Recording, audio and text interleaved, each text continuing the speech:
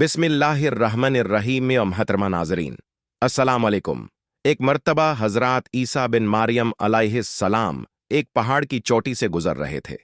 उसी वक्त अबलीस उनके पास आया और कहने लगा, ए रूहुल्लाह, ये तो बताइए, क्या आपका रब इस बात पर कादिर है कि अगर आप इस ऊंची चोटी से नीचे गिर जाएं तो वो आपको बचा सकता है?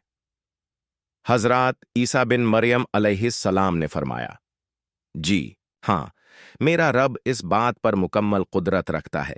इब्लीस बोला, अगर वाकई ऐसा है और आप अपने दावे में सच्चे हैं तो फिर आप खुद को इस चोटी से गिरा दें, मैं देखूंगा कि आपका रब आपको किस तरह बचाता है। हजरत ईसा बिन मरियम अलैहिस्सलाम ने फौरन महसूस किया कि इब्लीस उन्हें नाजायज आजमाइश में मुब्तला करना चाहता है। आपने फरमाया, आयलीन, क्या तू चाहता है कि मैं अपने रब को आजमाऊं? ये बात तो हक है कि मुझे अपने रब की हिफाजत पर मुकम्मल यकीन है। उसका हर फरमान बरहक है और हमें उस पर शक की कोई गुंजाइश नहीं, लेकिन मैं कभी अपने रब को आजमाने का गुनाह नहीं करूंगा। कुछ दिन बाद इब्लीस दोबारा हजरत ईसा बिन मरियम अलैहिस्सलाम के पास आया और कहने लगा, आईसी, तुम तो अल्लाह हो, क्योंकि तुम मर्दों को जिंदा करते हो, गैब की खबरें जानते हो और लोगों को वही की खबर देते हो। हजरत ईसा बिन मरियम अलैहिस्सलाम ने फौरन उस की बात काटते हुए फरमाया, आए लाइन, तू झूठ बोलता है, मैं तो अल्लाह का आजिज बंदा हूं। वही है जो मेरी दुआओं को कबूल करता है और उसी के हुक्म से मुर्दे जिंदा होते हैं। जहां तक गैब की बातों का ताल्लुक है तो अल्लाह मुझे जितना चाहता है इल्म अता करता है और मैं वही बयान करता हूं।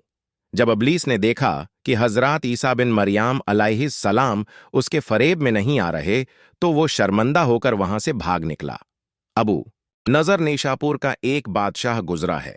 एक मर्तबा जब वो अपनी फौज के साथ दाराल हुकूमत में दाखिल हो रहा था तो एक मकान से कुरान पाक की तलावत की आवाज ने उसे चौंका दिया। वो रख गया और गौर से सुनने लगा। कारी सूरा आले इमरान की आयत नंबर 26 की तलावत कर रहा था, जिसका मफहूम कुछ यूं है, ए अल्लाह, बादशाही का मालिक तू ही है, तू जिसे चाहे हुकूमत अता करे और जिससे चाहे छीन ले, तू जिसे चाहे इज्जत दे और जिसे चाहे जलील कर दे। तमाम भलाई तेरे ही हाथ में है, बेशक तू हर चीज पर कादिर है।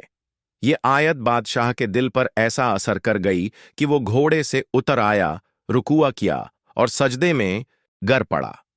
कुछ उरसे बाद वो इस दुनिया से रुखसत हो गया। एक दोस्त ने उसे ख्वाब में देखा और पूछा, तुझे ये बुलंद मकाम कैसे नसीब हुआ?